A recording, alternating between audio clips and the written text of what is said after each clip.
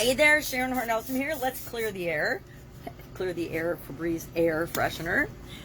Today, this is what you up to now, day 1,708. So for 1,700 plus days, hopped online and shared my journey, primarily my business journey, as I transitioned from the brick and mortar corporate world of business over almost 5 decades running my own businesses and growing and supersizing in 27 plus different industries offline, as well as spending 25 years plus in corporate America in various capacities, mostly in the area of quality leadership and quality management, that function, as well as engineering and other projects that I did and other functions that I held, mostly upper management positions in a lot of really cool companies.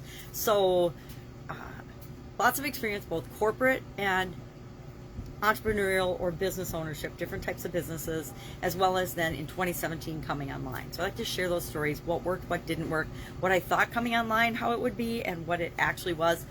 Totally different things, right? I thought it'd be so easy to just pop online and duplicate my offline success, and it was a much bigger challenge than I at first anticipated, primarily because of me. Misunderstandings, misexpectations, underestimating some things and how long it would take to do them, overestimating other things, etc. So today I created a couple of pieces of content. I'm struggling a little bit, I think I've mentioned this, because Facebook has changed their page format. And I like to record on my pages because it was really easy to edit and share them before. Well, now the pages that I do to share my content this year, I do it on 2 different pages. Both of them have switched to the new format. One of the challenges with this new format is there's no editing.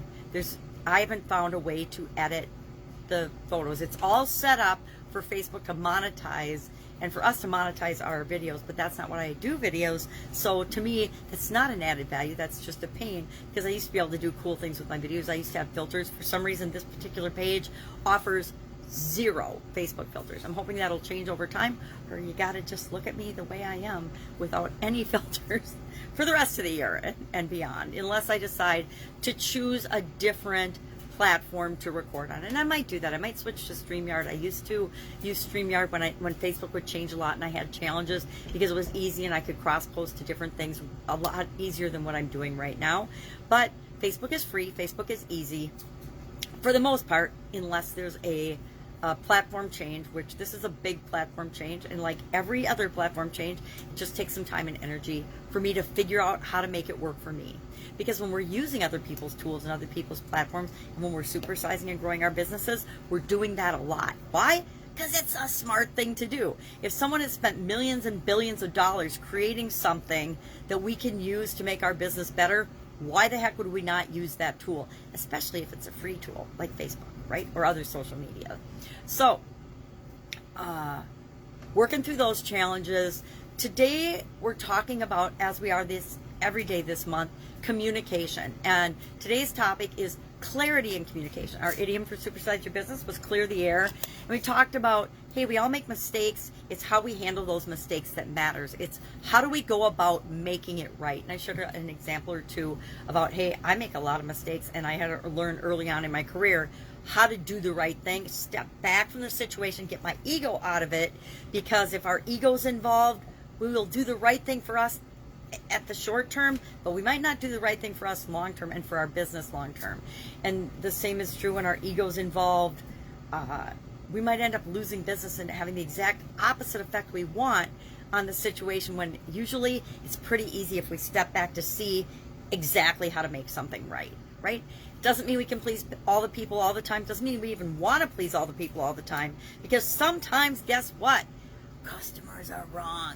This is kind of the antithesis of what quality managers should ever say. We're supposed to believe that the customer is always right. But I've learned that, just like in every other area and aspect of life, there are good people and there are bad people. And every once in a while, your business will attract somebody who's a shyster, and it doesn't mean you have to give in to them and fall for their manipulation. There are people in every industry that will try to con you and try to take advantage of you if they think they can get away with it. I'm not talking about that. I'm talking about when we make a mistake because we're human, and how we go about correcting and making that mistake right for the person that has been harmed or feel like they've been harmed.